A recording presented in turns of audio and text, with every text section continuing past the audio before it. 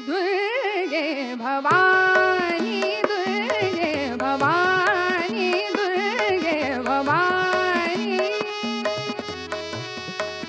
दुर्गे भवानी दुर्गे भवानी दुर्गे भवानी दुर्गे भवानी.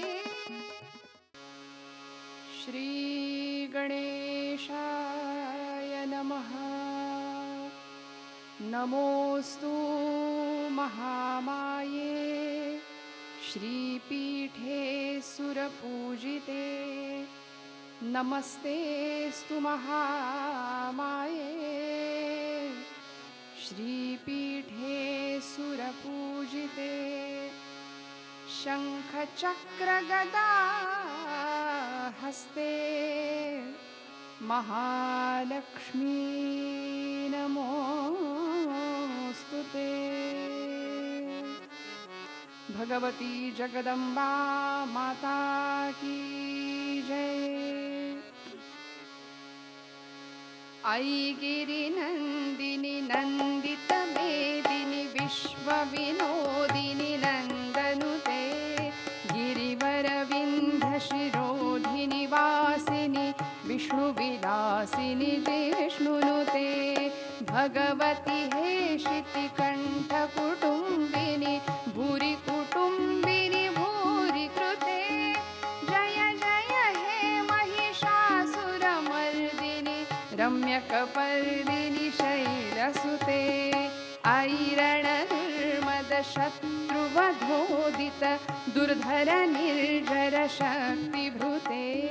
चतुरविचारधुरीण महाशय दूतकृत प्रथमाधिपते. दुरित दुरीह दुराशय दुर्मति दानवदूत कृतान्तमते. जय जय हे महिषासुरमर्दिनि रम्यकपर्दिनि शैलसुते. आई निजहुंकृतिमात्र निराकृत धूम्रविलोचन धूम्रशते. समरविशोषित शोणित बीज समुत्कण शोणित बीजलते. शिव शिव शुंभ निशुंभ महाहव तर्पित भूत पिशाचपते. जय जय हे महिषासुरमर्दिनि रम्यकपर्दिनि शैलसुते. धनुरणुसंगरण क्षण धनुरणुसंगरण क्षणसंगपरिस्फुर गङ्गनतत्कटके. कनकपिशङ्ग पृषत्कनिशङ्ग रसद्भटशृङ्गहतावटुके. कृतचतुरङ्ग बलक्षितिरङ्ग घटद्बहुरङ्ग रटद्बटुके. जय जय हे महिषासुरमर्दिनि रम्यकपर्दिनि शैलसुते. जय जय हे महिषासुरमर्दिनि रम्यकपर्दिनि शैलसुते. जय जय हे महिषासुरमर्दिनि रम्यकपर्दिनि शैलसुते. भगवती अंबा माता की जय.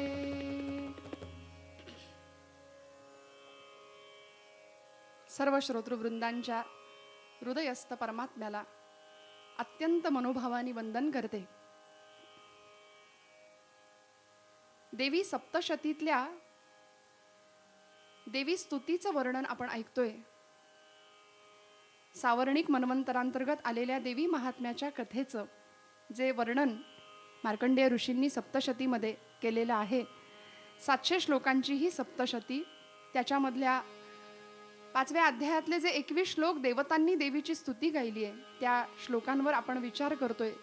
त्या एक एक रूपाचं थोडंसं गायन करण्याचा प्रयत्न करतोय की या देवी सर्व भूतेषु सर्व भूतमात्रांमध्ये स्थित असलेली देवी कुठल्या कुठल्या रूपामध्ये आहे, कुठल्या अंशाने ती भगवती आमच्या रूपामध्ये आहे, आमच्यामध्ये आहे, सृष्टीमध्ये आहे. तर या प्रत्येक रूपाला आम्हाला आता वंदन करायचं आहे ना. श्रोते हो, आजचं रूप देवीचं वृत्ती स्वरूप बघूया. या देवी सर्वभूतेषु वृत्तिरूपेण संस्थिता नमस्तस्यै नमस्तस्यै नमस्तस्यै नमो नमः. या देवी सर्वभूतेषु स्मृतिरूपेण संस्थिता नमस्तस्यै नमस्तस्यै नमस्तस्यै नमो नमः. देवीच्या वृत्ती रूपाला, देवीच्या स्मृती रूपाला आपण वंदन करायचं. म्हणजे काय हो? वृत्ती या शब्दाचा अर्थच असा आहे की शब्दशः अर्थ बघायचा म्हटलं ना तर वृत्ती म्हणजे स्वभाव. एखाद्याचा स्वभाव हा समाजाच्या हिताकरता असतो, समाजाच्या हिताकरता तळमळणारा असतो. ती त्याची वृत्ती बनते, ती त्याची सवय बनते. आणि असं म्हणतात, habit is a second nature of A man.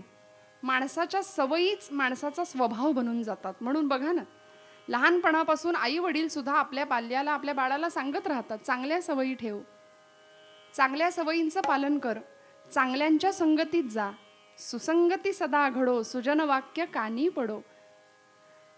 मोरोपंतांच्या केकावल्या आम्ही पाठ करतो अगदी लहानपणापासून. याकरता का आमची वृत्ती बनावी, आमचा स्वभाव उत्तम घडावा. आणि सावरकर म्हणतात तसं, जे जे उत्तम उदात्त उन्नत महन मधुर तेते, अशी उदात्त जीवनदृष्टी जीवनाकडे बघण्याची आम्हाला प्राप्त व्हावी. खरं सांगू का, इतिहासाच्या पानांना सुद्धा तेजस्वी चरित्रांची प्रतीक्षा असते बरं का. आणि ती पानं या चरित्रांच्या प्रतीक्षेत असतात. तो इतिहास आम्हाला वेड लावतो. खरं तर वेड्यांनी इतिहास घडवला आणि शहाण्यांनी त्याचे पोवाडे गायले. आम्ही शहाणी माणसं त्यांचे पोवाडे गात बसतो. तो इतिहास काय होता? या सर्वच लोकांची जीवनाकडे बघण्याची दृष्टी काय होती, त्यांची वृत्ती कशी होती, समाजाप्रतीची, धर्माप्रतीची, अध्यात्माप्रतीची, देशाप्रतीची, या सगळ्याचा जेव्हा आम्ही विचार करतो ना, तेव्हा अशी अनेक चरित्र आमच्या डोळ्यासमोर येतात. आणि आज भगवतीच्या रूपांचं आम्ही चिंतन करतोय, भगवतीच्या रूपांचं आम्ही चिंतन करतोय, विचार करतोय ना, तर देवीचं वृत्ती स्वरूप, देवीचं स्मृती स्वरूप काय असावं? एखादी व्यक्ती चिरकाल आमच्या स्मरणात राहते का? कारण तिच्या कार्यामुळे, तिच्या जीवन जगण्याच्या पद्धतीमुळे. शिवखेरा नावाचे एक तत्ववेत्ते किंवा लेखक, त्यांचं एक पुस्तक आहे ना, त्यामध्ये त्यांचं प्रसिद्ध वाक्य आहे, यश तुमच्या हातात, मला वाटतं असं त्या पुस्तकाचं नाव आहे. ते म्हणतात, महापुरुष वेगळं काही करत नाहीत, महापुरुष वेगळं काही करत नाही, पण प्रत्येक गोष्ट ते वेगळेपणाने करतात. मग हे वेगळेपण काय आहे जीवनाकडे बघण्याचं त्यांचं? मला सांगायला आज अतिशय आनंद होतोय देवीच्या या वृत्ती, भगवतीच्या वृत्ती स्वरूपाबद्दल, की अशी एक राणी आमच्या भारतीय मातीला मिळाली की इंदूर संस्थांचं स्वामित्व जिच्या पदरी आलं. राणी होती, पण तिच्या चरित्रामध्ये सागराची अथांगता होती, समुद्राचं गांभीर्य होतं, आकाशाची विशालता होती, चंद्राची शीतलता होती, गंगेचं पावित्र्य सुद्धा होतं बरं. आणि इतकं सुंदर हे चरित्र लहानपणापासून फुलत गेलं, बहरत गेलं. आई वडिलांच्या उत्तम संस्कारांनी ती घडत गेली आणि जीवनाकडे बघण्याचा अत्यंत सुंदर संवेदनशील वृत्ती अशी तयार झाली तिची, की पशुपक्ष्यांबद्दल प्रेम, प्राण्यांबद्दल प्रेम. कुणी पाहुणा घरामध्ये आला ना की त्यांनी विचारावं का, कारण ही मुलगी लहानपणापासून तीर कामठा शिकायची, बरोबर नेमबाजी शिकलेली, घोडेस्वारी शिकलेली. एखाद्या घरामध्ये एखादा पाहुणा जर त्या घरामध्ये आला तर पाहुण्यांनी सांगावं, ते बघ तो झाडावरचा पक्षी दिसतोय का, बुलबुल, त्याला मार बरं तीर. तेव्हा या मुलींनी सांगावं, काका त्याचं काय शत्रुत्व आहे माझ्याशी, तो माझा शत्रू थोडीच आहे, मी का त्याला मारू सांगा बरं. मुक्या आणि निष्पाप जीवांच्या प्रतीची संवेदनशील वृत्ती जिच्यामध्ये जन्मापासूनच विकसित झाली होती, ती पुढे बहरत गेली आणि ती पुढे भारत देशामध्ये मंदिरं बांधता, देवतांची मंदिरं बांधता बांधता बांधता या राणीनी भारतीयांच्या हृदय मंदिरामध्ये स्वतःचं देवी म्हणून स्थान अभिषिक्त केलं, स्थापित केलं. ती लोकांची देवी बनली.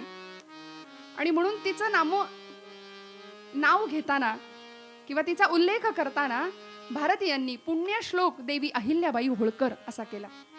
इंदूर संस्थांच्या या राणी महाराणी साहेब सत्ता हातामध्ये असताना सुद्धा पुढच्या काळामध्ये या राणीनी अनेक प्रकारचे घाट बांधले, मंदिरं बांधली.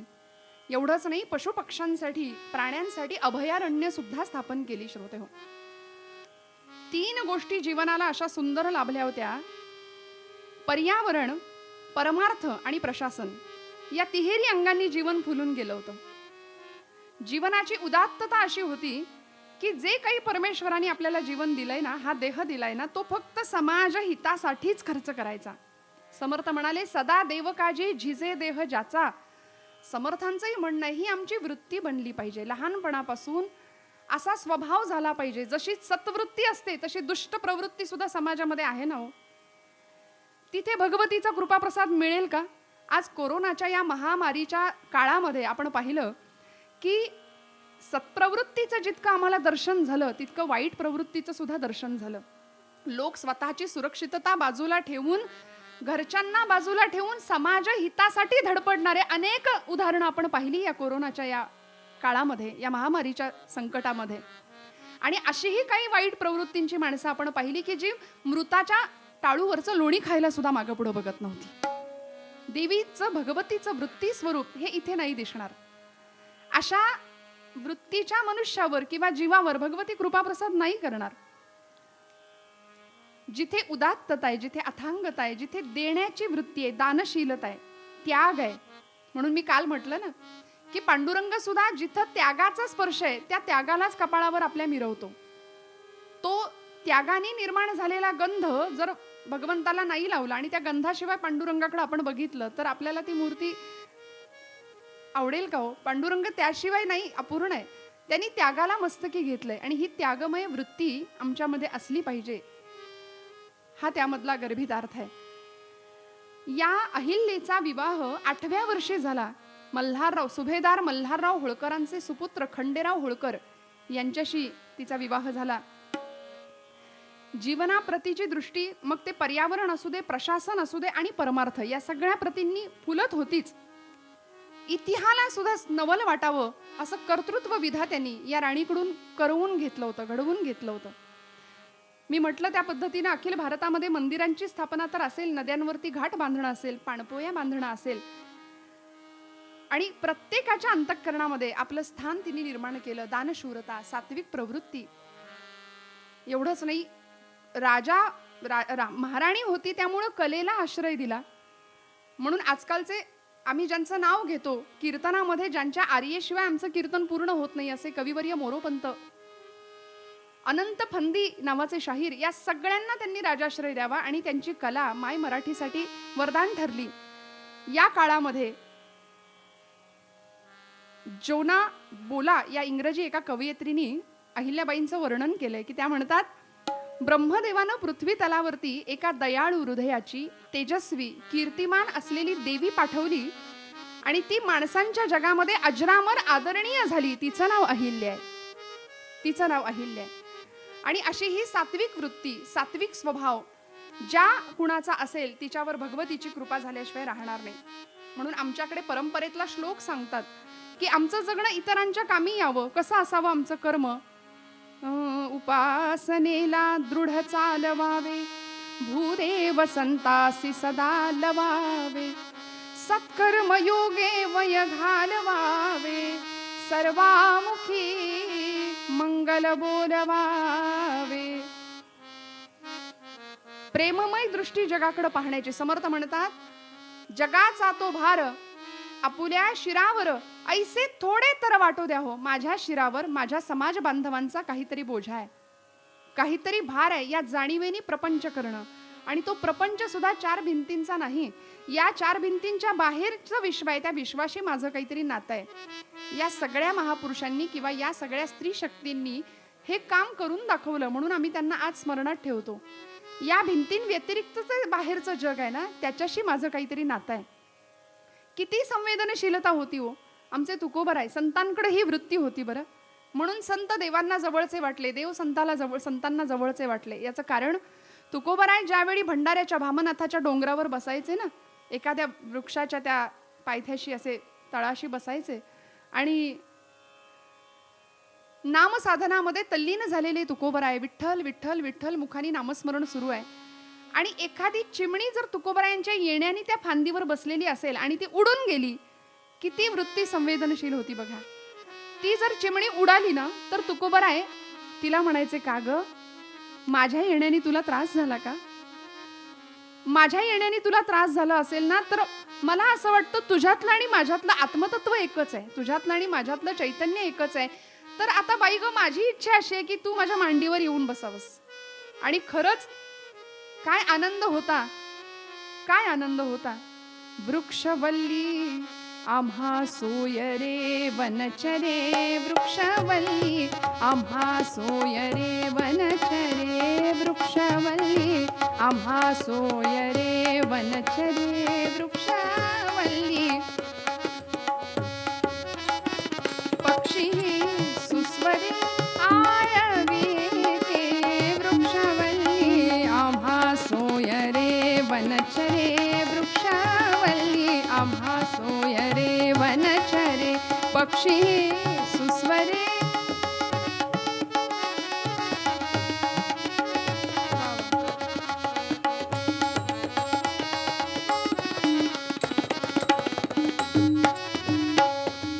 तुका म्हणे होय मनाशी संवाद, आपुलाची वाद आपणासी. साधकावस्थेतली ती धडपड होती. अत्यंत संवेदनशील वृत्ती घेऊन महाराज काळाने, समाजाने अनेक प्रकारची संकट उभी केली, पण तरी सुद्धा त्यावर मात करून आपल्या आध्यात्मिक वृत्तीचा बहर फुलवत होते तुकोबराय. साने गुरुजींनी जगाकडे बघण्याची एक नवी दृष्टी आम्हाला दिली. कशा वृत्तीचं आमचं अंतःकरण असलं पाहिजे हेही शिकवलं. भगवतीचं ते वृत्ती स्वरूप तुमच्या माझ्यामध्ये असावं, यासाठी लहानपणापासून आम्ही प्रयत्नशील असणं गरजेचं आहे. म्हणून आमच्या शाळांमध्ये प्रत्येकाने लहानपणापासून जी प्रार्थना गायली आहे की जगाप्रती कसा भाव आमचा असला पाहिजे, कशी वृत्ती आमची समाजाकडे, जगाकडे बघण्याची असली पाहिजे. खरा तो काय धर्म आहे हो? खरा धर्म काय आहे? प्रेम भावना मनामध्ये उचंबळून आल्याशिवाय दुसऱ्याच्या हृदयातलं दुःख जाणण्याची संवेदनशीलता आम्हाला प्राप्त नाही होणार. सध्या काय आहे, आधुनिक सुखाच्या साधनांनी माणसाची वखवक वाढवली आहे, पण भक्तीनं आणि अध्यात्मानं माणसाला मिळालेल्या आनंदामध्ये समाधानी आणि तृप्त राहण्याची वृत्ती शिकवली आहे. जीवनामध्ये नसलेला आनंद मिळवायचा कसा आणि असलेला आनंद वाढवायचा कसा हे ज्याला कळलंय ना, तो भक्त आहे. ज्याच्या माध्यमातून कळलंय ते अध्यात्म आहे, ती उपासना आहे. आणि अशी उपासना आम्हाला करताना भगवतीचं स्वरूप आम्हाला डोळ्यासमोर ठेवावं लागेल, तर ती वृत्ती आमची तयार होईल, आम्हाला ती सवय लागून जाईल, आमच्या इंद्रियांना ते वळण पडेल की बाबा असंच जीवन आम्हाला जगायचंय. नाहीतर मग मार्ग भरकटायला वेळ नाही लागत. कसा धर्म असला पाहिजे? खरा तो एकची धर्म, जगाला प्रेम पावे. खरा तो एकची धर्म, जगाला प्रेम पावे. जगीचे हीन ती पतिता, जगीचे दीन पद दलिता.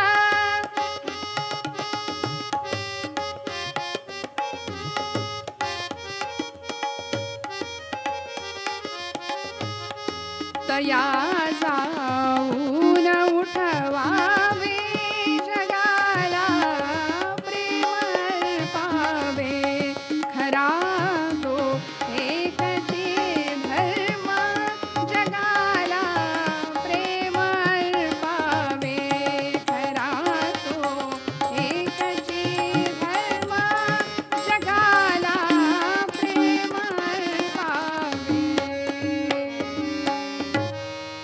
असं प्रेम समाजाप्रती, नात्यांप्रती, आमच्या नात्यांप्रती. बरं, आज माणूस घरामध्ये राहायला तयार नाहीये. बरं, घरामध्ये 4 माणसं जरी असली तरी चौघांची तोंड चारी दिशेला आहेत. घरामध्ये लाखो रुपयांचा मोबाईल असेल पण 50 रुपयाचं पुस्तक असेल की नाही अशी खात्री नाहीये. सध्या सगळे लोक व्हॉट्सअपवरती मेसेजवर बोलायला लागलेत. अंतःकरणामधली प्रेमवृत्ती संपली आहे की काय असा प्रश्न पडतो. म्हणजे श्रद्धांजलीला तोच गुच्छ, वाढदिवसाला तोच गुच्छ, ओके बोलण्या इतकं, टाईप करण्या इतकाही वेळ नाही, के लिहितात नुसतं. इतकी परिस्थिती विलक्षण आहे की माणूस माणसापासून इतका दुरावला का? अंतःकरणातली प्रेमवृत्ती संपली. आणि या सगळ्याचं जर समीकरण आमच्या जीवनाला मिळावं असं वाटत असेल ना, हे सगळं आमच्या जीवनामध्ये असावं असं वाटत असेल ना, तर आम्हाला अध्यात्माशिवाय पर्याय नाही. आणि म्हणून आध्यात्मिक वृत्तीची वाढ व्हावी यासाठी प्रत्येकाने प्रयत्न केला पाहिजे. आमचं कसं असतं माहितीये, आज समाजामध्ये अनेक धर्म, अनेक पंथ, अनेक संप्रदाय आहेत. कुणी म्हणतं या बाजूनी भक्ती करा, कुणी म्हणतं असं करा, कुणी म्हणतं तसं करता, कुणी म्हणतं तीर्थयात्रा करता, जपजाप्य करा, दान धर्म करा. जो तो ज्याला त्याला पटेल असं सांगतोय, जो तो ज्याला त्याला झेपेल अशी भक्ती करतोय. पण एवढं करून सुद्धा फळच कोणाला काही मिळेना. आणि आमची सुखासाठी असलेली धडपड आणि ती वखवक थांबेच ना. सुखाभिलाषी असलेला आमचा तो जीव, आम्हाला सुख मिळत नाही आणि वाट्याला दुःखच येते. आणि मग आम्ही काय रे देवा, कसं रे देवा, काय रे केलंस. म्हणून आम्ही सगळं आमच्या नशिबाचं म्हणतो ना, दोष भगवंताला देतो. तर आध्यात्मिक वृत्ती वाढावी याकरता आम्ही काही प्रयत्न करतो का? देवीची उपासना करायची, नवरात्र करायचे. मी जसं म्हटलं तसं आम्ही 9 दिवसाचे 9 रंग आधीच निवडून ठेवलेले असतात. एवढी सगळी तयारी जर आम्ही करतो तर बाबा या दिवशी आज मी देवीच्या या रूपाचा अभ्यास करेन. देवीची ही शक्ती काय आहे, तिचं नाव काय आहे, तिच्या रूपाचा अभ्यास, तिचं चरित्र काय आहे, तिचे गुणानुवाद मी गाईन, त्याचं मी गायन करीन, त्याचं चिंतन करीन. हा विचार आम्ही करतो का हो? आणि आज परिस्थिती अशी आहे की ज्या देवीची आम्ही उपासना करतो त्या देवीची उपासना करणारी एखादी मुलगी ज्यावेळी गरबा खेळते तिच्या कपाळाला कुंकू नाही, हातामध्ये बांगडी नाहीये, कपाळाला कुंकू लाव. हिंदू धर्म संस्कृतीची आम्ही जपणूक करतो ना, कुंकू लाव म्हटलं की राग येतोय अशी परिस्थिती आहे. म्हणजे अगदी केशभूषेपासून ते वेशभूषेपर्यंत सगळंच सांगायची आज परिस्थिती वेळ येऊन ठापलीये. का? कारण मर्यादे पलीकडचं जीवन आम्ही जगतोय. आणि का? याचं कारण आमच्याकडे आध्यात्मिक वृत्तीचा भक्कम असा पाया आम्हाला मिळत नाहीये. तो पाया आमचा भक्कम बांधला जावा, ती वृत्ती आमची विकसित व्हावी याकरता सुरुवात तर केली पाहिजे. संत म्हणतात तुम्ही एक करा, पुढची 2 शून्य भगवंत ती भगवती ठेवायला तयार आहे. तुम्ही सुरुवात तर करा, एक पाऊल चाला. ब्रह्मचैतन्य महाराजांचं वाक्य आहे, तुम्ही माझ्याकडे 2 पावलं, रामाकडे 2 पावलं चालत या, राम तुमच्याकडे 20 पावलं चालत येईल. तुम्ही जर चाललाच नाही तर तो म्हणेल तू राहा तुझ्या जागी, मी राहतो माझ्या जागी. आमचं असं आहे की आरंभ शूरहा या न्यायाने आम्ही चालतो. कुणी आम्हाला एखादा मंत्र दिला, उपासना दिली तर आम्ही सुरुवात करतो, पण ती आमची सवय, तो आमचा स्वभाव आणि ती आमची वृत्ती व्हायला वेळच देत नाही. ती सवय व्हावी याकरता सुरुवात तर करावी लागेल. बरं आम्ही सुरुवात करतो, जपाची माळ हातामध्ये घेतो, नवीन आसन दिलं, नवीन आसनावर बसलो, छान सुरुवात झाली, हातामध्ये माळ घेतली, 108 मण्यांची माळ. सुरुवातीचे 4 दिवस छान गेले, जप उत्तम झाला आणि 4 दिवसानंतर मनात विचार आला, आज बसूनच कशाला करायला पाहिजे, उभ्यानी करूया. सवयीमध्ये आणि त्या उपासनेच्या सातत्यामध्ये खंड पडला, सातत्य तुटलं. वृत्ती बनायला वेळ द्यावा लागेल. सातत्य संपलं, खंडित झालं. मग 4 दिवसांनी विचार केला, उभ्यानीच कशाला करायला पाहिजे. इकडे तिकडे फिरता फिरता, अहो येता जाता उठता बसता संतांनी सांगूनच ठेवलंय, चालेल म्हणाले नाम घेतलं तरी. मग इकडे तिकडे फिरत फिरत नाम घ्यायला लागला. काही 4 दिवस गेले, म्हणाला माळच कशाला हातात ठेवली पाहिजे, मनाची माळ, चालेल श्वासाला नाम घेऊया, ठेवली माळ बाजूला, संपलं. उपासनेतलं सातत्य संपलं, ती वृत्ती बनायला वेळच नाही दिला, ती सवय संपून गेली. इंद्रियांना वळण लागलं पाहिजे, ते लागलंच नाही. आणि परिणाम असा झाला की एक दिवस जपही विसरून गेला. का? कारण आम्ही इतके आसक्त आहोत, आम्ही अनुरक्त आहोत. कशामध्ये? विषयांमध्ये. माझे गुरु आदरणीय नारायणबुवा काणे यांचं फार सुंदर पद आहे की आम्हाला थोडंसं आत्म निरीक्षण करावं लागेल, की आमची वृत्ती अंतर्भिमुख करावी लागेल आणि स्वतःचंच परीक्षण करावं लागेल की मी कोण आहे, माझी आज परिस्थिती काय आहे, मी कशामध्ये नेमकं लक्ष देतोय. एखाद्या त्या मृगजळाप्रमाणे, त्या हरणाप्रमाणे कस्तुरीच्या शोधात असलेलं ते मृग जसं धावत राहतं नानोमाळ, तशी आमची अवस्था झाली आहे. या सगळ्या भवसागरामध्ये आम्ही असेच धावत सुटलोय. साक्त तू आसक्त तू अनुरक्त तू विषयात तू, सक्त तू आसक्त तू अनुरक्त तू विषयात तू.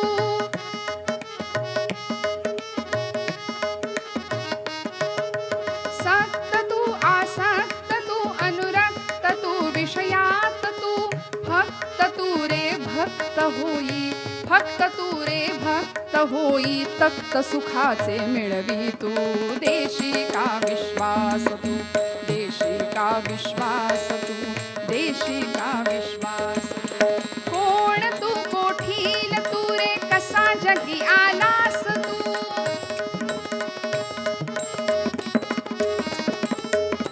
कोण तू कोठील तू रे कसा जगी आलास तू. किती दिसांचा निवास येथे, किती दिसांचा निवास येथे. देशी का विश्वास तू, देशी का विश्वास तू, देशी का विश्वास तू, देशी का विश्वास तू.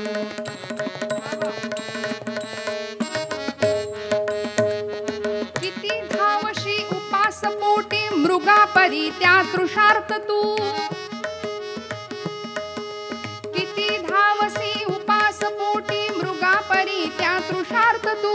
आशा तृष्णा कधी न सरल्या, आशा तृष्णा कधी न सरल्या. काय तुझा रे हे तू. देशी का विश्वास तू, देशी का विश्वास तू, देशी का विश्वास तू, देशी का विश्वास तू, देशी का विश्वास तू. ही अंतर्भिमुख वृत्ती जेव्हा आम्ही करू ना, तेव्हा आतला विठ्ठल आम्हाला खुणावतोय. उभारोनी पाहे आत विठू पालवीत आहे, संत सांगतात. तो खुणावतोय आम्हाला. त्याच्याकडे कधीतरी बघूया. या आध्यात्मिक वृत्तीबरोबरच देशाप्रतीची प्रतीची त्यागमय वृत्ती आमच्यामध्ये विकसित व्हावी, याकरता अशी अनेक चरित्र आम्हाला डोळ्यासमोर घ्यावी लागतील. आज या भगवतीच्या उत्सवासाठी इतिहासातली अशी चरित्र आपल्या डोळ्यासमोर आहेत की आपल्या पतीचं कार्य हे आपलं कार्य आहे असं समजून पतीच्या पावलावर पाऊलं ठेवून चालणारी अशी एक पतिव्रता या भारताच्या इतिहासाने पाहिली. काय घडलं होतं असं?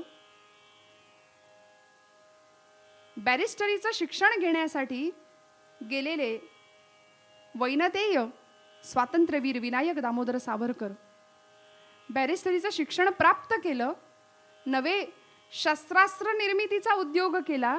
उत्तमोत्तम शस्त्र तयार केली, गुप्त पद्धतीने भारतामध्ये पाठवली.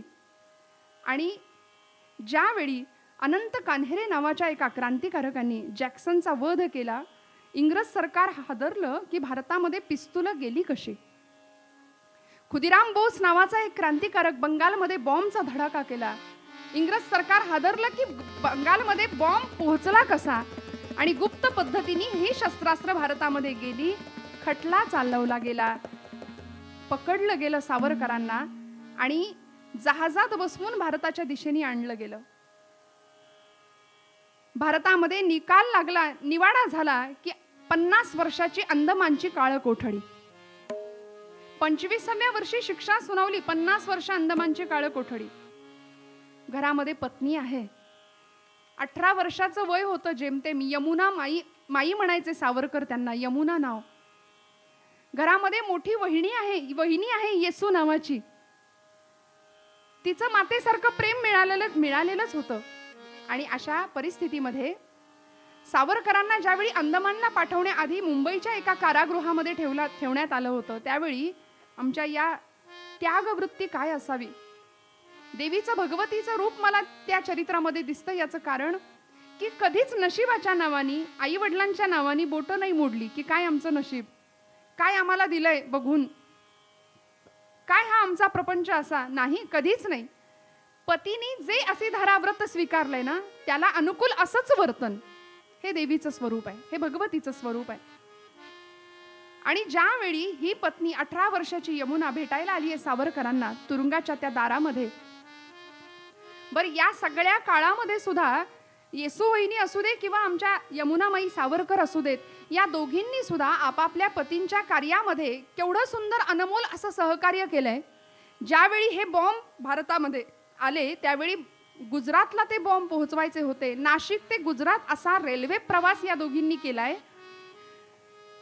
केवढा मोठा स्वार्थत्याग होता या प्रवासामध्ये. ते बॉम्ब नेले कसे तर पोटाला कपड्यांच्या साह्याने तो बॉम्ब बांधलेला आहे. मानवी ह्युमन बॉम्ब ज्याला म्हणतात, जिवंत असा पोटाला बांधलाय. आणि जेणेकरून आपण गर्भवती आहोत, आपल्याला दिवस गेलेत असं भासवून नाशिक ते गुजरात हा रेल्वेचा प्रवास या दोघींनी केलाय. किती मोठं धैर्य लागत असेल या सगळ्या कामांसाठी. पण ठरलेलं होतं, वृत्ती पक्की झालेली होती की सगळं काही देशासाठी आहे, आपल्या पतीच्या कार्यासाठी आहे. आणि ज्यावेळी सावरकरांवरती खटला चालवला ना, त्यावेळी या घरादारावर जप्ती आणली होती.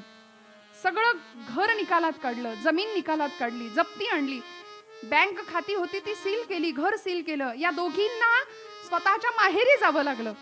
येसू वहिनी आणि यमुना माई या दोघींनाही आपापल्या माहेरी जावं लागलं. आणि माईंनी आठवण लिहून ठेवली आहे स्वतःची की आम्ही दोघी सुद्धा माहेरी गेलो पण घराच्या उंबरठ्यात नाही. 5 ते 6 वर्ष गायी गुरांच्या गोठ्यात आम्हाला आयुष्य कंठावं लागलं. का? कारण इंग्रज गाढवावरनं नांगर फिरवतील जर घरात या लोकांनी घेतलं तर. गायी गुरांच्या गोठ्यामध्ये बसून तिथे घरच्यांनी आणून ओंजळीनी भात वाढायचा, तिथे जमीन स्वच्छ करायची, जमिनीवर तो भात वाढायचा. आणि गायी गुरांच्या सहवासात राहून आम्ही तिथे 6 वर्ष जेवलो, तिथे राहिलो. माईंची ही आठवण आहे. आणि असा त्यागमय वृत्तीचा आविष्कार भगवतीचा आमच्या यमुना माई ज्यावेळी सावरकरांना भेटायला गेल्या त्या कारागृहामध्ये, त्यावेळी असा तुरुंगाच्या त्या सळीमधून सावरकर, आपला पती आपल्या समोर उभा आहे. सावरकरांना पाहिल्याबरोबर डोळ्यातनं टचकन पाणी आलं, पण पुसलं पाणी. काय असावी वृत्ती बघा. सावरकरांनी सांगितलं होतं जीवनाचा उदात्त दृष्टिकोन, तो स्वीकारला आणि सावरकरांकडे बघितलं, डोळ्यातलं पाणी दिसूनही दिलं आपल्या पतीला. आणि सावरकर हसत हसत, त्या साखळ्यांचा आवाज झाला, वाज वाज शृंखले काढिनाद मंजुळे, टाकीतो तुझ्या लयीत मंद मंद पाऊले. वाज वाज शृंखले, वाज वाज शृंखले, वाज वाज शृंखले, वाज वाज शृंखले.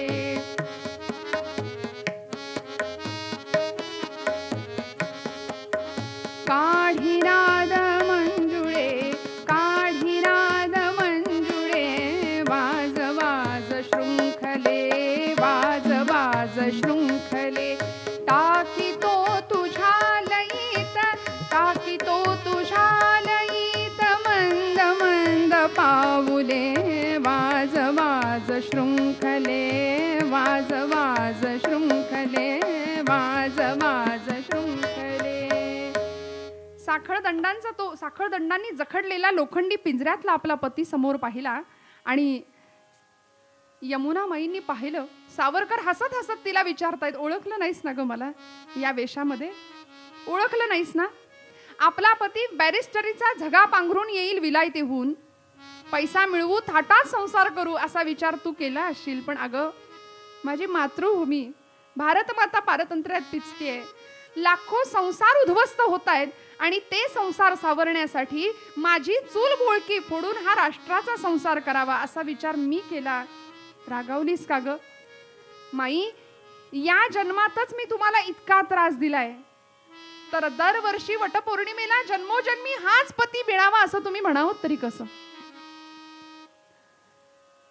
माईंना सांगावं सावरकरांनी की काट्या कुट्या जमवायच्या, घरटी बांधायची, त्या घरट्यांमध्ये पिलांची वीण वाढवायची. याला जर संसार किंवा प्रपंच असं नाव असेल ना, तर असा संसार चिमण्या, कावळे सगळेच करतात. माई, मला माझ्या देशाचा प्रपंच करता आला, यात धन्यता माना. पण या प्रसंगात सुद्धा त्या त्यागमयी वृत्तीच्या देवीने काय करावं? सावरकरांकडे पाहिलं आणि सांगितलं की मी नाही रडत आहे, मी अजिबात रडणार नाही.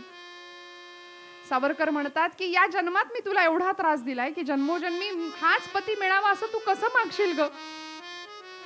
त्यावेळी माईंनी करावं काय? खाली वाकल्या, खाली झुकल्या, तुरुंगाच्या सळीतून आत हात घातला, सावरकरांच्या पायाला स्पर्श केला. आणि सावरकर म्हणाले, माई काय करता? त्यावेळी त्या सांगतात की स्वतःच्या प्रपंचाची राख रांगोळी करून देशाचा प्रपंच करणारा पती पुरुषोत्तम मला भगवंतांनी या जन्मात दिला ना, जन्मोजन्मी हाच पती मिळावा, बस एवढी भगवतीकडे प्रार्थना करते. पाय बघून ठेवते, पुढच्या जन्मात चुकायला नको म्हणून नमस्कार करते. पाय बघून ठेवते, पुढच्या जन्मात चुकायला नकोत. एवढा त्याग देशासाठी, आपल्या पती कार्यासाठी. कधीच स्वतःचा विचार नाही, स्वतःचा स्वार्थ नाही. 6 महिन्याचं लेकरू होतं मांडीवरती, प्रभाकर नावाचं. पण कधीच स्वतःच्या नशिबाच्या नावाने बोटं मोडली नाहीत, खडे फोडले नाहीत. केवढा त्याग. मला असं वाटतं भगवतीची ही वृत्ती, ही त्यागमयी वृत्ती तिच्यामध्ये आम्हाला दिसतेय. माई सावरकरांना या प्रसंगामध्ये सांगितलं होतं की मी एक मंत्र तुम्हाला सांगते, तो मंत्र तेवढा म्हणा. कृष्णाय वासुदेवाय हरये परमात्मने प्रणतः क्लेशनाशाय गोविंदाय नमो नमः. एक मंत्र तेवढा म्हणा. अंदमानमध्ये तुम्हाला किती शिक्षा होईल, काय हाल भोगावे लागतील याची मला कल्पना नाही, पण मी सांगते तेवढा मंत्र म्हणा. प्रणतः क्लेशनाशाय गोविंदाय नमो नमः. सावरकर हसले आणि तिला म्हणाले की माई, मी हा मंत्र म्हणेन, अंदमानमध्ये मला या मंत्र म्हणण्याने काही शिक्षा कमी होणार आहे की नाही मला माहिती नाही, पण हे म्हणण्यामुळे जर तुला बरं वाटणार असेल तर मी हा मंत्र नक्की म्हणतो. अशी चरित्र श्रोते हो या मायभूमीला मिळाली, या मातृभूमीला मिळाली. आणि म्हणूनच मला या सगळ्या चरित्रांमध्ये मातेचं, भगवतीचं एक एक रूप दिसतं आणि ते आपल्याला सांगायची माझी इच्छा होतीये. या कारणाकरताच देवीचं सेवाभावी रूप आम्हाला अजून एका चरित्रातनं दिसलं की ज्या एका रूपाने मूळची परदेशी होती बरं का, ती भारतीय नाही. तुम्ही म्हणाल मग परदेशी महिलेचं चरित्र आम्हाला का ऐकवताय, काय सांगताय? जी मूळची भारतीयच नाही, जी विदेशी आहे तिचं चरित्र आपण का गायचं? पण आपल्या कुणाही भारतीयापेक्षा ती जास्त भारतीय होती मी असं म्हणेन. कारण ज्यावेळी आयर्लंडचा तिचा जन्म, तिथे जन्म झाला, पाश्चात्य शिक्षणाचा प्रभाव, अर्थात तेच शिक्षण घेऊन ती लहानाची मोठी होत होती, पण अंतःकरणातल्या संवेदनशील वृत्तीला आईवडिलांकडून सुद्धा खतपाणी घातलं गेलं होतं. ती बहरत होती आणि मार्गारेट असं तिचं नाव, मार्गारेट नोबेल. पाश्चिमात्य शिक्षण प्रणाली अशी होती की अध्यात्म, संस्कृती या सगळ्याचा तिथे लवलेशही नाही. या सगळ्यामध्ये ख्रिस्ती मिशनऱ्यांनी भर घातली होती की ही सगळी ख्रिस्ती मिशनरी तिथल्या समाजाला, जनतेला उद्देशून सांगायचे की तुम्ही सगळे पापी आहात, तुम्ही सर्वजण पापी आहात आणि या पापातून जर मुक्त व्हायचं असेल ना तर तुम्हाला येशूच्या पाया पडावं लागेल, येशूच्या त्याला शरण जावं लागेल. या सगळ्या विचारांचा प्रभाव मनावर व्हायला तयार नाही. आणि त्याच काळामध्ये योद्धा संन्यासी म्हणून भारत मातेचा एक सुपुत्र होता. योद्धा कधी संन्यासी नसतो आणि संन्यासी कधी योद्धा नसतो, पण ही दोन्ही नामाभिधानं ज्या चरित्राला लागली असे आमचे स्वामी विवेकानंद परदेश दौऱ्यावर होते. व्याख्यानांसाठी ट्रेनच्या ट्रेन भरून लोक धावायचे, लोक यायचे, प्रचंड गर्दी व्हायची. माझ्या बंधू आणि भगिनींनो, या एका हाकेमध्ये सगळं विश्व जिंकलं होतं, सगळं जग जिंकलं होतं या महापुरुषांनी. अमेरिकेतली जनतेची अक्षरशः म्हणजे स्वामीजींना ऐकण्यासाठी या लोकांनी इतकी गर्दी करावी. शिकागो धर्म परिषदेचं स्वामींचं भाषण तर गाजलंच, सगळ्या वृत्तपत्रांचे मथळेच्या मथळे यांच्याच नावाने भरून व्हायला लागले. आणि इंग्लंडमध्ये स्वामीजींचं ज्यावेळी व्याख्यान होतं त्या एका व्याख्यानाला मार्गारेटला जायची संधी मिळाली. लहानपणापासून ख्रिस्ती मिशनऱ्यांचं एकच तत्वज्ञान कानावर पडते की तुम्ही पापी आहात, तुम्ही कर्मदरिद्री आहात. मानव देहाला जन्माला आलात ना तर आता या पापातून, या चक्रातून सुटका होण्यासाठी येशूला शरण जा, तुम्ही पापी आहात. हे काही मनात पटत नव्हतं, ठसत नव्हतं. आणि अशा वेळी स्वामीजींची अमृतवाणी कानावर पडली आणि स्वामीजींच्या मुखातला शब्द मार्गारेटच्या अंतःकरणामध्ये भिनला. स्वामीजींच्या व्याख्यानांमधून असा एक झंझावात देशप्रेमाचा, भारतीय तत्वज्ञानाचा, भारतीय अध्यात्माचा निघत होता की स्वामीजींच्या मुखातनं शब्द ऐकले, अमृतस्य पुत्र आहात, तुम्ही अमृताचे पुत्र आहात. स्वतःला अजिबात कमी लेखू नका, तुम्ही अमृताचे पुत्र आहात. उत्तिष्ठित जागृत प्राप्य वरान्न बोधित.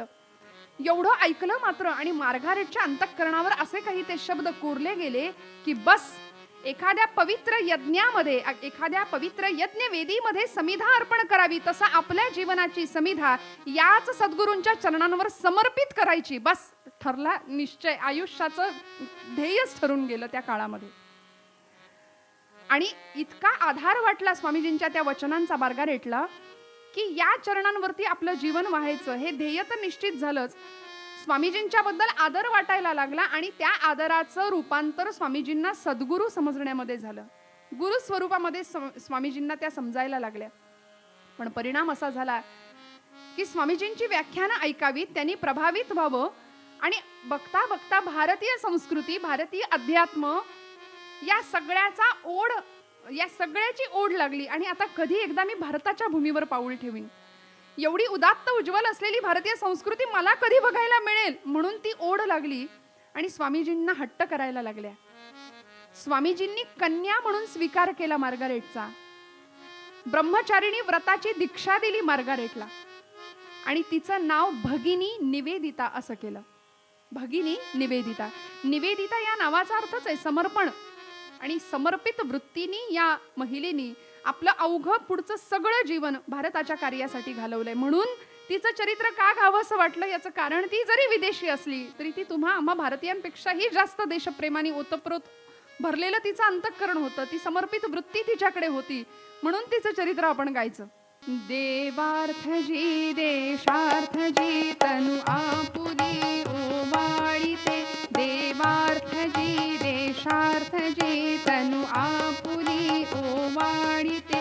या संस्कृतीच्या अमृता गंगोदकाजी प्राशिते. या संस्कृतीच्या अमृता गंगोदकाजी प्राशिते.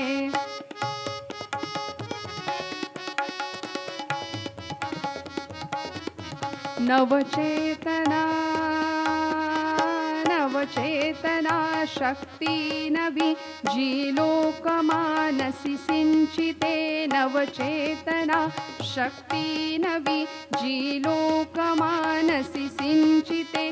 नवजात ऐसी कालिका हो देवते सुनिवेदिते.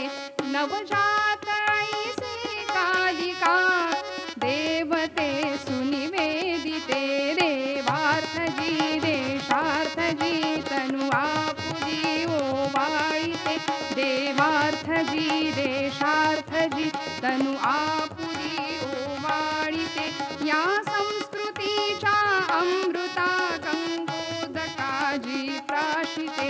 या संस्कृतीच्या अमृता गंगोदकाजी प्राशिते. या संस्कृतीच्या अमृता गंगोदकाजी प्राशिते.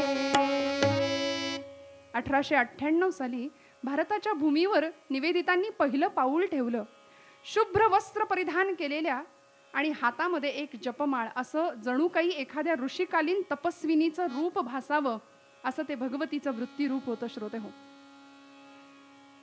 निवेदितांनी भारतामध्ये आल्यानंतर सुद्धा भारतीयांच्या जसं स्वामीजींचं सूत्र होतं ना, आत्मनो मोक्षर्थम पण जगदहितायच, शिवभावे जीव सेवा. प्रत्येक जीवामध्ये शिवाचा अंश आहे असं समजून प्रत्येक जीवाची तन मन धनानी सेवा करण्याचं असे धारा व्रत भगिनी निवेदितांनी अंगीकारलं होतं. गुरुदेवांच्या कार्यामध्ये त्यांच्या पावलावर पावलं ठेवून चालण्याचं व्रत. आणि एखाद्या पाश्चात्य स्त्रीला लहानपणापासून जिच्यावर पाश्चात्य संस्कार आहेत तिला भारतीय संस्कार, रीती, व्रतवैकल्य हे सगळं स्वीकारणं किती अवघड गेलं असेल याची फक्त आपण कल्पना करू शकतो. एक प्रसंग आहे चरित्रामध्ये की भगिनी निवेदितांना स्वामीजींनी ब्रह्मचारिणी व्रताची ज्यावेळी दीक्षा दिली त्यानंतर कडकडीत उपवास करायचे, व्रतवैकल्य करायची हा आदेश मिळाल्यानंतर एका उपवास प्रसंगी भगिनी निवेदितांनी दिवसभर अन्न पाणी वर्ज केलं होतं, ग्रहण नाही केलं. आणि या प्रसंगामध्ये संध्याकाळी आता फक्त चुलीवर मडकं ठेवलं, भात ठेवला आणि आता तो शिजला घेणार पानामध्ये वाढून. एवढ्यात कुणात करवी तरी स्वामीजींचा निरोप आला की आता उपवास अजून 2 दिवस पुढे चालू ठेवायचे. गुरु शिष्याला कशा पद्धतीने तावून सुलाखून, जसं अग्नीतून भट्टीतून सोनं चकाकतं झळाळून, त्या पद्धतीनं हे चरित्र घडत होतं. आणि अशा पद्धतीने हिने आपलं ब्रह्मचारिणी व्रताची दीक्षा स्वामीजींकडून घेतली, ते व्रत पूर्ण केलं. स्वामीजी अमेरिका, इंग्लंड या परदेशांमध्ये आपले दौरे करतच होते. व्याख्यानांसाठी अखंड भारतीय संस्कृतीच्या ध्वजाची, धर्माची, अध्यात्माची ध्वजा सगळीकडे फडकावत होते अभिमानाने. हिंदू तत्वज्ञान सगळ्या जगाला समजावून सांगत होते.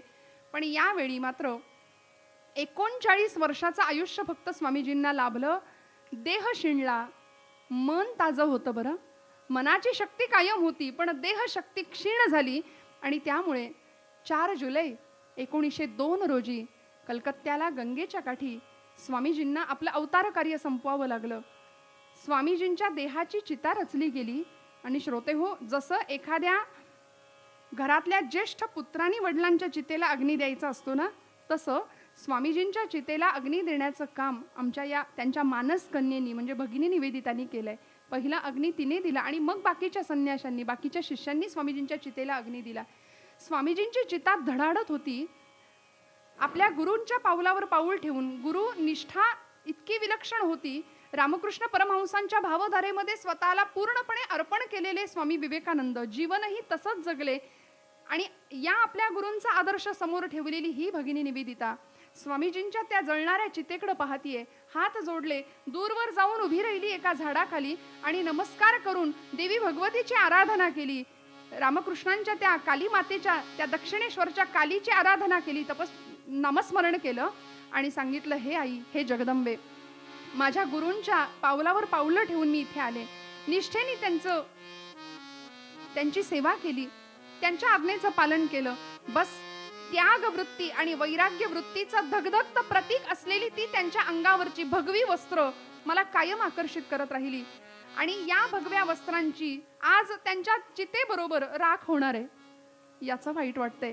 या भगव्या वस्त्रातली एक जरी चिंधुली जरी मला मिळाली, एक चिंधी जरी मला मिळाली ना, तरी ती मी जपून ठेवीन, माझ्याबरोबर कायम ठेवीन. तिच्याकडे बघून माझ्या जीवनाची प्रेरणा मी पुढची स्वीकारेन. आणि या पद्धतीने एवढं मनात आलं, भगवतीला ती प्रार्थना केली मात्र. आणि त्या क्षणाला काय आश्चर्य श्रोते हो, भगवंत असतो ना पाठीराखा. स्वामीजींची धडधडणारी चिता, त्या चितेतून अग्नीचे लोळ उठत होते आणि वाऱ्याच्या दिशेने त्या चितेतून स्वामीजींच्या भगव्या वस्त्रातली एक चिंधी उडाली आणि थेट भगिनी निवेदितांच्या हातावर येऊन पडली. ती चिंधी जवळ केली निवेदितांनी आणि बस म्हणाल्या, हा तुमचा प्रसाद आहे गुरुदेव, या प्रसादाला जवळ ठेवीन आणि आयुष्यभर आपण सांगितलेल्या मार्गाने अनुसरण करत जाईन. यानंतर स्वामीजींच्या निर्वाणानंतर सुद्धा भगिनी निवेदितांनी कितीतरी काळ भारतामधलं सेवेचं काम कायम चालू ठेवलंय. अनेकांसाठी अनाथालय चालवली. एवढंच नाही, रामकृष्ण मिशनच्या संघाची स्थापना झालेलीच होती, त्या संघाचं काम करावं. विवेकानंद केंद्राची स्थापना यानंतर स्वामीजींच्या जाण्यानंतर झाली. त्याही कार्यामध्ये आपला मोलाचा वाटा. नवे एखाद्या झंझावाताप्रमाणे पूर्ण असे तो हिमाचल भगिनी निवेदिता प्रवास करत होत्या, फिरत होत्या, करत होत्या. हिंदू लोकांना हिंदू धर्मतत्वज्ञान एक पाश्चात्य स्त्री सांगत होती. काय नवल होतं बघा, काय नवल होतं. आणि अशा या भगिनी निवेदितांचं सेवा कार्य सांगताना त्या काळातले एक इतिहास तज्ञ होते, यदुनाथ सरकार त्यांचं नाव, यदुनाथ सरकार. त्यांनी आपली आठवण लिहून ठेवली आहे की कलकत्त्यातल्या बागबाजार या प्रांतामध्ये मी फिरत असताना तिथे एक दलित वस्ती होती. दारिद्र्य जिथं ओसंडून वाहत होतं अशी एक वस्ती होती. आणि त्या वस्तीमध्ये मी सहज फिरत होतो तर एक गोरी महिला मला पाठमोरी दिसली. तिच्या हातामध्ये बादली होती आणि दुसऱ्या हातामध्ये झाडू होता. सेवा कार्य, त्याग वृत्ती म्हणजे किती असावी याचं विलक्षण अद्भुत चरित्र आहे हे. लोकोत्तर महापुरुष, या लोकोत्तर स्त्रिया काय होत्या याचं दर्शन आम्हाला या निमित्ताने घ्यायला मिळतं श्रोते हो. यदुनाथ सरकारांनी आठवण लिहिली की ती गोरी महिला कोण आहे म्हणून मी उत्सुकतेने पुढे गेलो तर त्या दुसऱ्या तिसऱ्या कुणी नव्हत्या. त्या मार्गारेट नोबेल म्हणजे स्वामीजींची मानस कन्या भगिनी निवेदिता होत्या. त्या देवीच्या या त्याग स्वरूपाचं, त्याग वृत्तीचं दर्शन आम्हाला या निमित्ताने घडतं. आणि अशी वृत्ती ज्याच्याकडे असते, जिच्याकडे असते, त्यांच्या स्मृती आम्ही आयुष्यभर स्मरणात ठेवतो ना, ती माणसं, त्या माणसांना मृत्यू स्पर्श करू शकत नाही. त्यांच्या कार्यांनी, त्यांच्या विचारांनी ही माणसं कायम अमर राहतात श्रोते हो. देवीचं स्मृती रूप जर सांगायचं झालं ना तर अशीच एक स्त्री, अशीच एक कर्तृत्ववान शक्ती या भारतामध्ये जन्माला आली होती. पंजाब प्रांतामध्ये कर्नाल नावाचं गाव. लहानपणाचं नाव होतं मोंटू, पण मोठी झाली आणि कल्पना नाव मिळालं. बरं, कल्पनेची भरारी इतकी मोठी होती, लहानपणापासून स्वप्न बघायची. आणि भारताचे missile man doctor APJ Abdul Kalam असं सांगतात ना, आपल्या तरुणांना आवाहन करतात की स्वप्न बघा, स्वप्न बघा. स्वप्न विचार करायला लावतात आणि विचार तुमच्या कृतीत उतरतात. तुम्ही जर विचारच केला नाही तर तुमच्या हातून कृती घडणार नाही. त्यामुळे आधी स्वप्न बघा. आणि अशी स्वप्नाळू असलेली ही कल्पना लहानाची मोठी झाली आहे, लहानपणापासून नक्षत्र, ग्रह, तारे या संदर्भातलं प्रचंड आकर्षण होतं. कल्पना वीर ही बाला जाऊन भिडली गगनाला, कल्पना वीर ही बाला.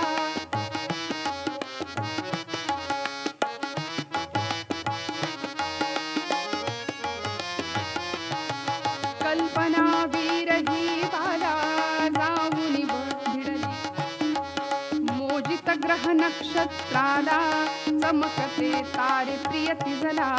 हे स्वप्न नव्हे तर सत्य, हे आज कळे आम्हाला.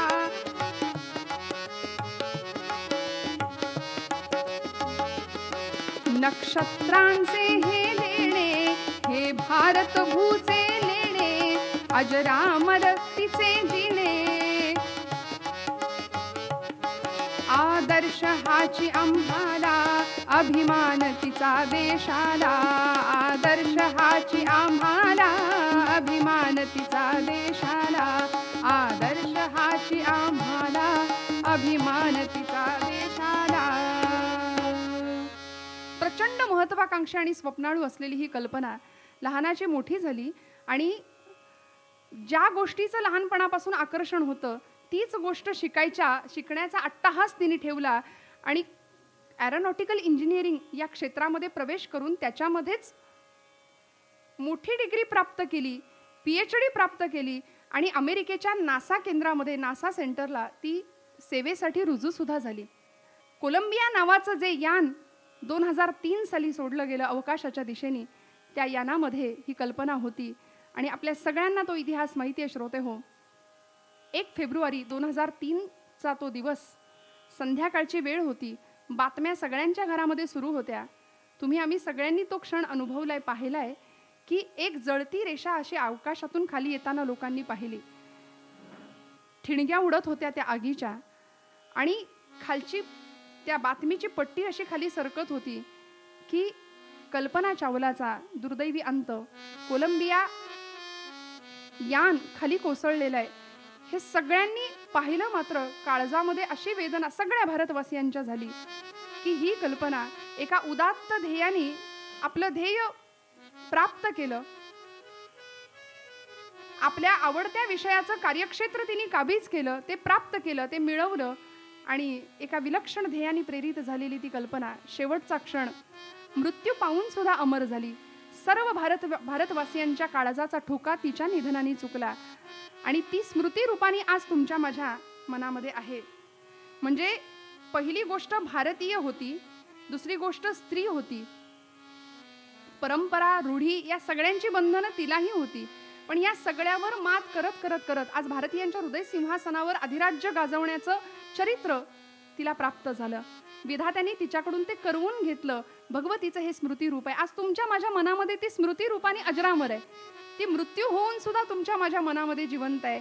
याचं कारण या भगवतीच्या स्वरूपांचं आम्ही अशा पद्धतीने ज्यावेळी चिंतन करतो ना, त्यावेळी आम्हाला आमच्या जगण्याचं सार कळतं की भगवंतानी आम्हालाही नरदेह दिला, दुर्लभात दुर्लभ असलेला तो नरदेह, की ज्या देहाचं सार्थक सच्चिदानंद अवस्था पदवी प्राप्त करण्या इतकं आहे. अध्यात्मशास्त्रातलं सच्चिद आनंद स्वरूप असलेलं ते परब्रह्म प्राप्त करता येतं या नरदेहाच्या साहाय्याने.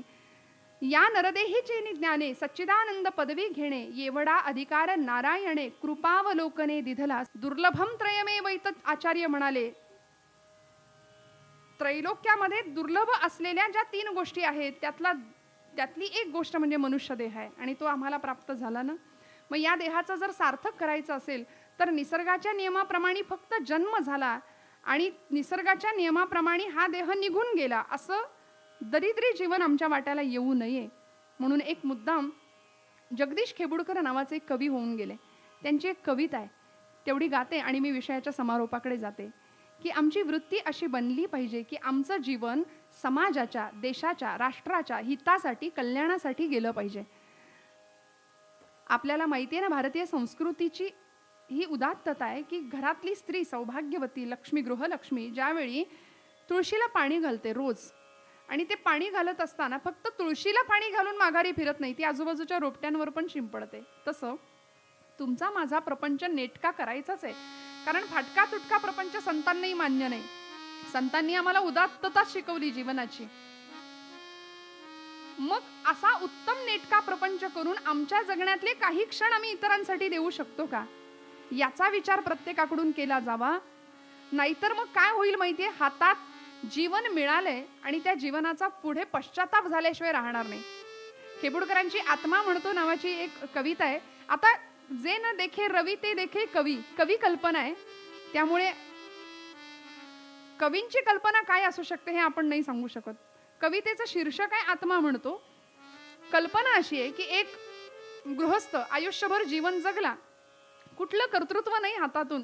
माणसं म्हणतात ठेविले अनंते तैसेची राहावे. अहो, तुकोबरायांनी जरी असं सांगितलं असलं तरी संतांनी काही कर्तृत्ववाद नाकारला नाहीये. काही करू नका असं नाही म्हणाले संत. आमचं कर्तृत्व असलंच पाहिजे. त्यामुळे तो गृहस्थ जीवन जगला, कुणाच्या घेण्यात नाही, कुणाच्या देण्यात नाही, ना देवाचा, ना देशाचा, ना संस्कृतीचा, ना समाजाचा विचार केला. आणि निसर्गाच्या नियमाप्रमाणे जन्म झाला, तसा निसर्गाच्या नियमाप्रमाणे ह्या शरीराची झीज होऊन मृत्यू सुद्धा झाला.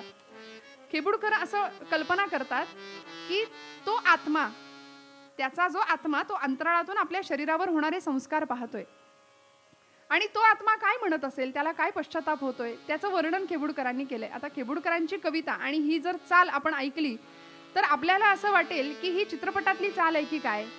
पण खरं सांगू का, ही चाल नंतर चित्रपटाकडे गेली, पण खेबुडकरांनी या कवितेसाठी खरं या चालीची निवड केलेली होती.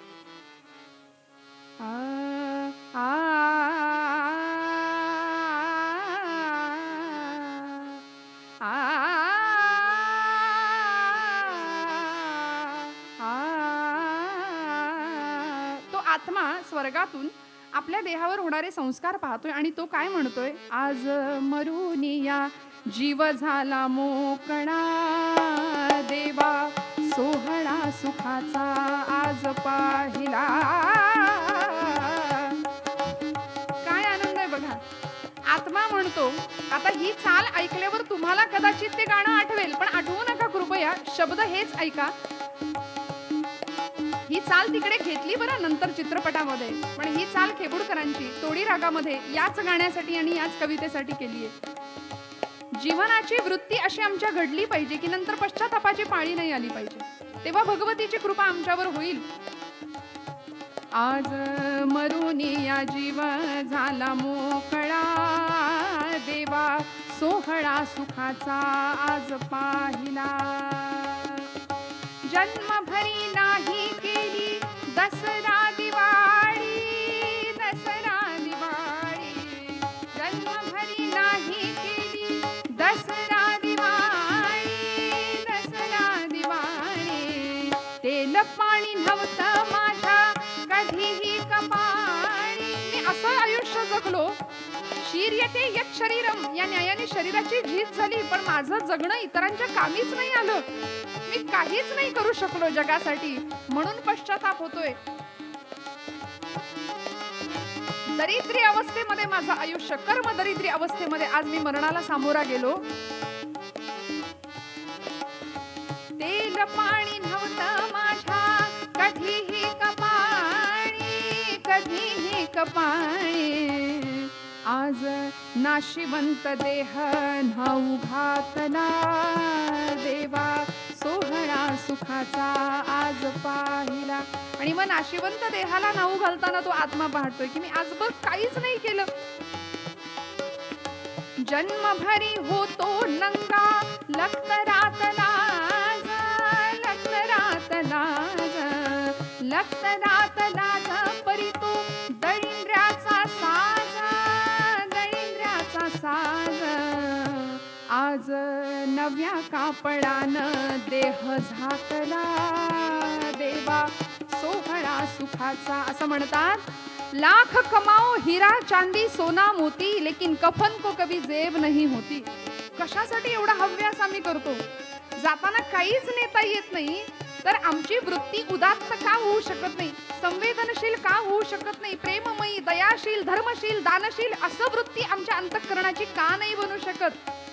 जीवनभर माझं माझं मी मी करत करत शेवटी ते कफन, त्या कफन त्याला काही खिसा नाही ना. जाताना काही घेऊन जाताही येणार नाही. असं म्हणतात, येशी उघडा जाशी उघडा, ही परिस्थिती आहे. काय उदात्त आणि काय सुंदर विचार आहे बघा संस्कृतीचा. ज्यावेळी आपल्याकडे विवाह बंधनामध्ये बांधले जातात ना दोन जीव, त्यावेळी विवाहाच्या आधी आपल्याकडे कपड्यांची खरेदी होते ना, बस्ता बांधणं त्याला आपण म्हणतो. आणि त्यावेळी अनेक भरजरी सगळे पोशाख तयार केले जातात. त्या दुकानामध्ये गठ्ठा बांधला जातो आणि ते वरचं जे कापड असतं ते पांढरं असतं. कितीही म्हणाले रंगीत वसन घाला, पण जीर्ण शालती उरे शेवटी लेणे वार्धक्याचे. अशा सगळ्या जीवनाचा वास्तव विचार आम्हाला करावा लागेल. आणि भगवंतांनी दिलेला नरदेह, भगवंतांनी दिलेलं आयुष्य, जीवन हे उत्तम उदात्त प्रफुल्लित कसं असेल, भगवंताच्याच कार्यासाठी, देवाच्याच कार्यासाठी, देशाच्याच कार्यासाठी कसं वाहिलं जाईल, ही अंतःकरणाची वृत्ती घडवणं हे आमच्या हातात आहे. आणि ते भगवतीच्या आशीर्वादाशिवाय होणार नाही, देवीच्या आशीर्वादाशिवाय ते होणार नाही. यासाठी नवरात्र आहे आणि यासाठी देवीची उपासना आहे, यासाठी भगवती उपासना आहे. काय झालं बघा, सगळ्या साधू संतांनी सांगितलं बाबा रे नाम घे, भगवंताची उपासना कर, पण मी केली नाही.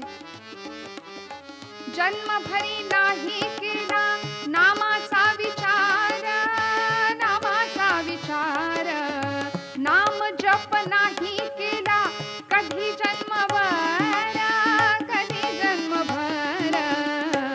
आज नाम गजरात देह चालला, देवा सोहळा सुखाचा आज पाहिला.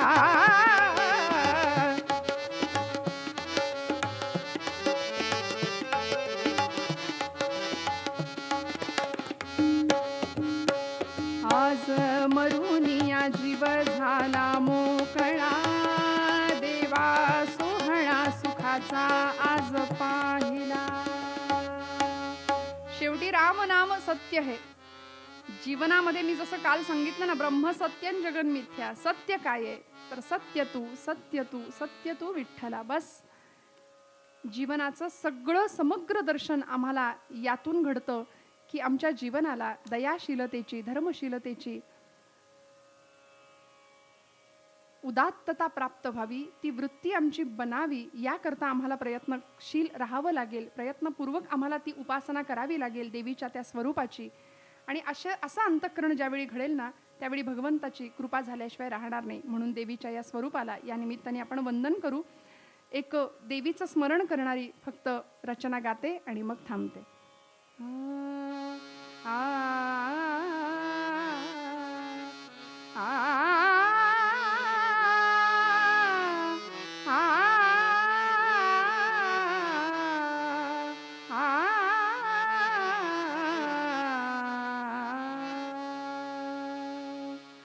जगत जननी भवतारिणी मोहिनी तू नवदुर्गा, जगत जननी भवतारिणी मोहिनी तू नवदुर्गा.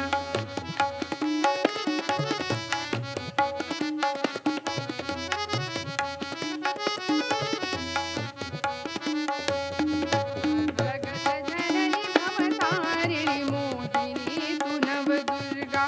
तू भवानी महाकाली, तू भवानी महाकाल, तू शिवानी मंगला. जगत जननी भवतारिणी मोहिनी तू नवदुर्गा.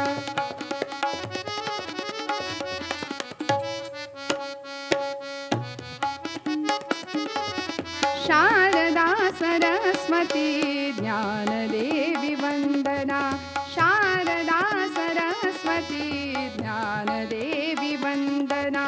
शांती सुख की तू विमला, शांती सुख की तू विमला, शांती सुख की तू विमला.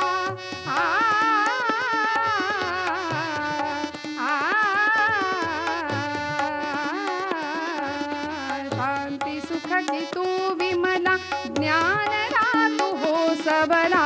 जगत जननी भवतारिणी मोहिनी तू नवदुर्गा.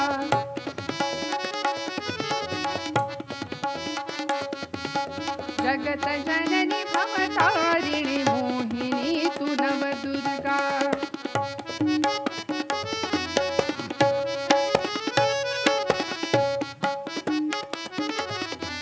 लक्ष्मी धन की संपदा पूरी करत कामना, लक्ष्मी धन की संपदा पूरी करत कामना, ऋषी मुनी जन सकल प्रिया,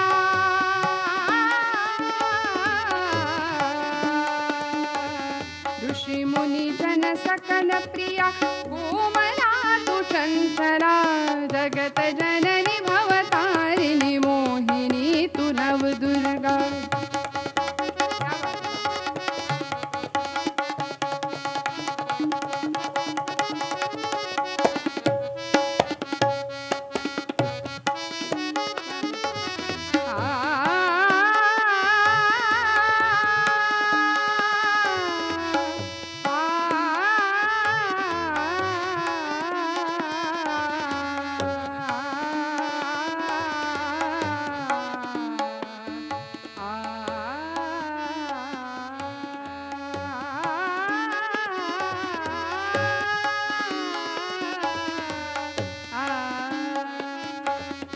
शारदा तू ज्ञानदा, लक्ष्मी तू है संपदा, शारदा तू ज्ञानदा, लक्ष्मी है तू संपदा, काली दुर्गा शक्ति माँ,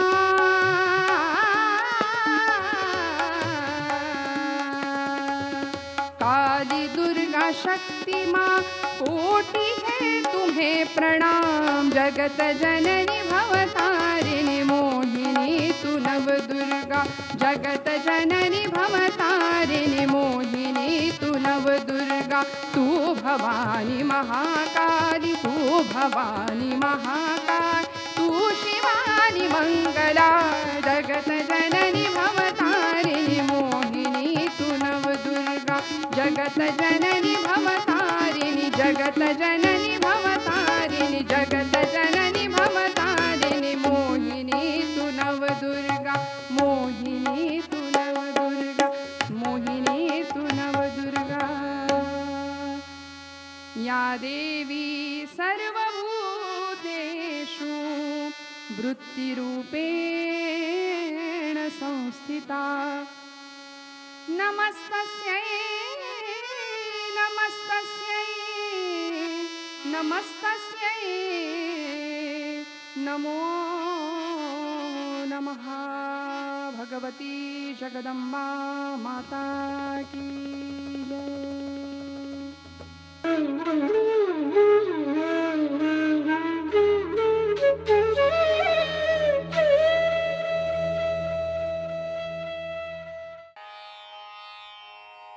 अशाच नाविन्यपूर्ण आणि सांस्कृतिक कार्यक्रमांसाठी प्रबोधन भारतीच्या यूट्यूब चॅनलला सबस्क्राईब करा आणि फेसबुक पेजला लाईक करा. या कार्यक्रमांना आर्थिक सहकार्य करण्यासाठी संपर्क करा 9762027779 9762973973.